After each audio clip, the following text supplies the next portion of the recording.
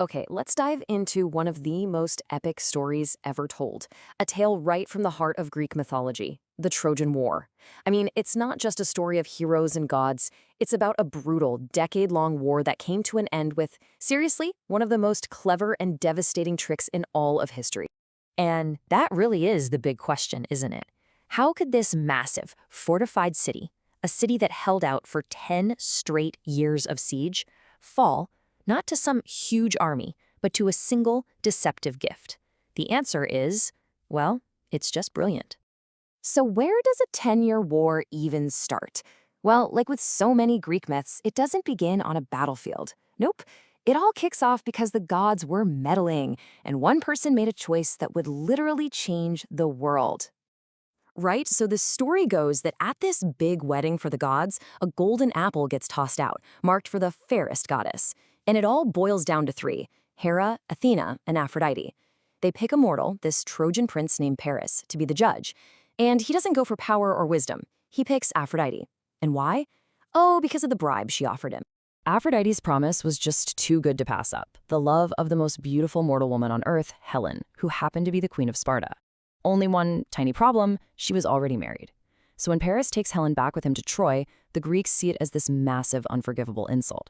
And that one act, it unites all the Greek kingdoms. They get their armies together and they set sail for Troy to get her back. And this was not a quick fight. What came next was a full decade of grinding warfare, pitting the greatest heroes of the age against each other, all while the gods are kind of picking sides and messing with things from up on high. And the lineup of warriors? Absolutely legendary. For the Greeks, you had Achilles, basically an invincible fighting machine, a true force of nature. And you also had Odysseus, the super smart strategist. On the other side, defending Troy, was their champion, Prince Hector, this incredibly noble and brave leader. These guys weren't just soldiers, they were total titans. Just think about that for a second. 10 years. Not a month, not a year, a whole decade. An entire generation of soldiers just fighting and dying on the beaches right outside those city walls. The scale of this thing is just mind-boggling. So why did it drag on for so long? The answer was simple, really. Troy had these massive, impenetrable walls. Even with all their legendary heroes, the Greeks just could not break through. It turned into this frustrating, bloody stalemate. They needed something new, a strategy that wasn't just about brute force. And this is where the whole story turns.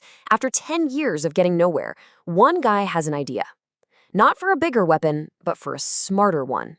And that idea, of course, came from the cleverest of them all, Odysseus. The plan was pure deception. The whole Greek army packs up their camps, gets on their ships, and just sails away, making it look for all the world like they'd finally given up. The only thing they left behind on that empty beach was this one thing: a colossal, incredible wooden horse. Supposedly, it was a gift to the gods to give them a safe trip home. You have to imagine being Trojan that day. To them, it must have looked like a miracle. The war was finally over. But while they're celebrating, they're also arguing about what to do with this giant horse. What they didn't know, of course, was that their decision would be the last one they ever made. The plan itself was this four-step masterpiece of psychological warfare. The Trojans, thinking they've won, see the horse as a trophy, a symbol of their victory. So they drag this huge thing right through their own gates, basically welcoming the enemy into the very heart of their city without even knowing it. So that night, while the entire city of Troy is sleeping off their victory party, the soldiers hidden inside the horse just creep out. They quietly take out the guards, throw open the main gates, and give the signal to the Greek fleet. Turns out they hadn't really left, they were just hiding over the horizon. The whole Greek army comes pouring into the city, and just like that, after a decade of fighting outside the walls, the war ends in a single, terrible night of destruction inside them. And so Troy fell. But, the story doesn't really end there. Why are we still talking about this thousands of years later? Because it's so much more than just a battle. Its lessons have echoed down through history. The real power of this story is in what it teaches us, right? That being smart can beat being strong, that you can't always trust what you see, and maybe the biggest one of all, always, always be wary of gifts from your enemies. In fact, its legacy is literally built into our language. We use the term Trojan horse all the time, right? Especially when we talk about a computer virus that's disguised as a normal file. That's a direct callback to this ancient story of deception. Now you might be wondering, did any of this actually happen? Well, archaeologists are pretty sure they found the ruins of the real city of Troy, and a huge war probably did take place there. But all the details, the amazing heroes, the meddling gods, that giant wooden horse, that all comes to us from epic poems like Homer's The Iliad. But whether it's 100% fact or not, the story's power as a cautionary tale is what's made it last forever. And that kind of brings us to a final thought.